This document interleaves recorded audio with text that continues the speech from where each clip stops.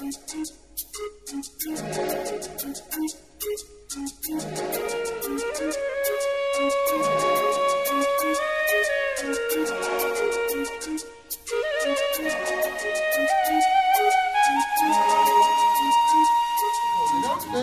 Churchill did not sit back and wait for someone else to solve the problem of Nazi Germany for him.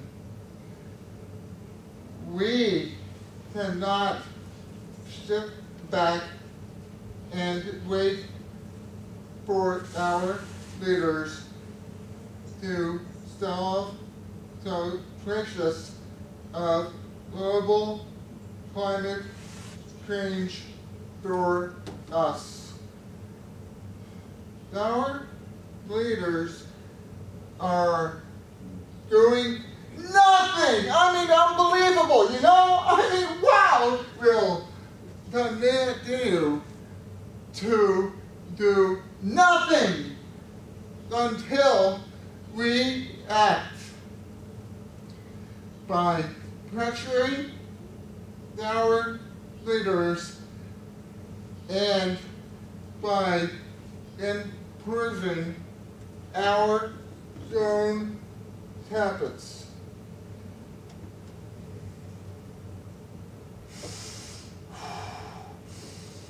My friends, the storm clouds are gathering again.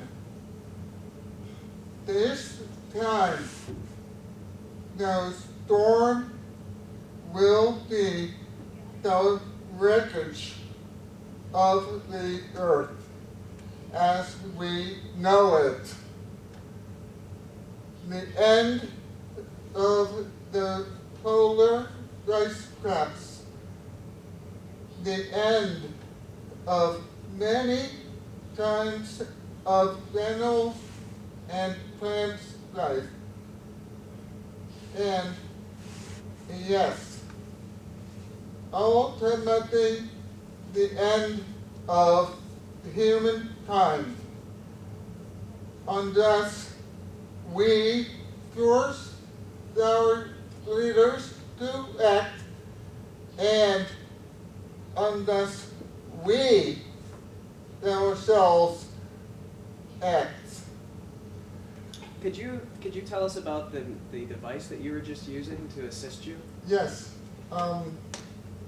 Here, movies, here, you see? Mm-hmm. And here. Is this a repetition of what you were saying then? Yes. And you watch this to Yes. assist you in knowing what to say? Yes. And then it's the same with the earbuds? Yes. Okay. This is video icon. Yes. Yes. And so did you write this and then have somebody say it into the iPod? Yes. Okay. Yes. Communicating. I mean, unbelievable, you know? Here. I want to demonstrate that using. Hi. Which, do you think there's one presidential candidate that will do a better job of helping the environment? Yes, but you know, like, yes, what? Oh, About global warming? Yes. I only know a little bit about it. Really? You informed me a lot. This was helpful. Thank Hold on. Okay? Yeah, you did a good job. Oh, I don't think so. You did. I didn't know very much about it. So. Okay. One of the hardest things for me about global warming is the issue of transportation. And like you said in your speech, driving, unnecessary driving, or airplane travel is huge on the environment. Yes. And yet it's so heartbreaking for me for two reasons. Because my family has ended up spreading out, so we don't live in a small area. Right. And so that idea of family and travel being such a huge thing. And also, I've grown to really appreciate international experiences for things, and I know that I want to give that up for global warming issues, and yet I'm still having real issues of. Oh wait, I'm sorry. I'm still having real issues of how I learn from those experiences, and how in a global economy I want to have the experience of being able to interact with some people. Maybe technology is the way to do that, but it raises a lot of questions, that idea of travel. I know. The sudden rise in greenhouse gases to the start of the Industrial Revolution about 150 years ago. If, as expected, greenhouse gas pollution doubles by the end of this century, temperatures are predicted to rise 4 to 6 degrees. That may sound like a small change to some people, but it is an immense change for humans and ecosystems. What kind of impacts would you expect to see in the world if the temperature does go up 4 degrees or 6 degrees? Tremendous redistribution in where one would be able to have agriculture. Tremendous changes in storm patterns.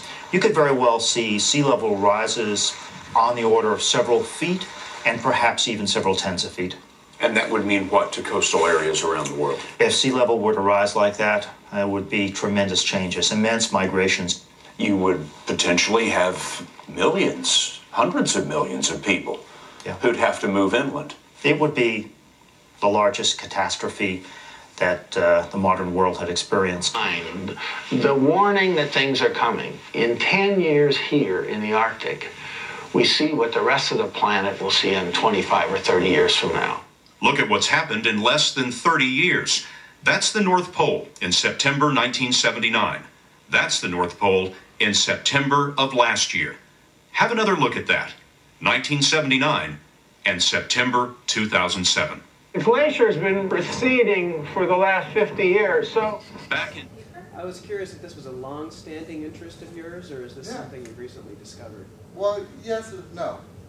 It's like, it's like unbelievable, It's like, what to do,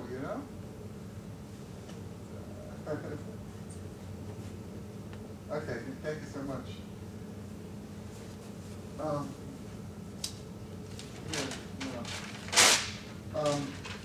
Did we just take a moment to observe some things about your communication? Yes. Is that okay with you?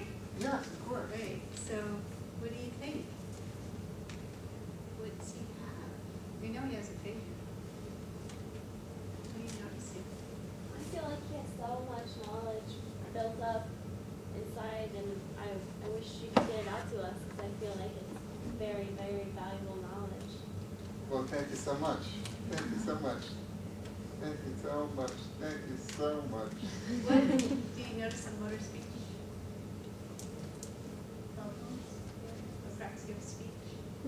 So if he just had aphasia, using the cues, those motor cues from the iPod would probably help so much.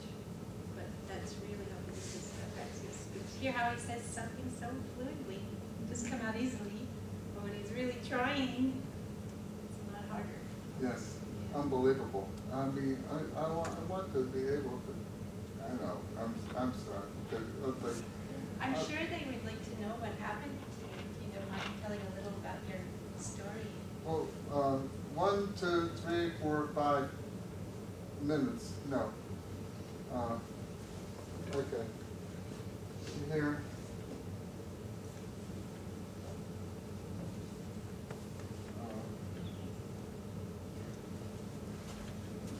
Here. 5.5 years Yes. Yes. ago. Yes. Yes. Yes. And I did drive. Like 1, 2, 3. What? We had just come back from a very long trip to Yes. several countries, including Russia. Yes.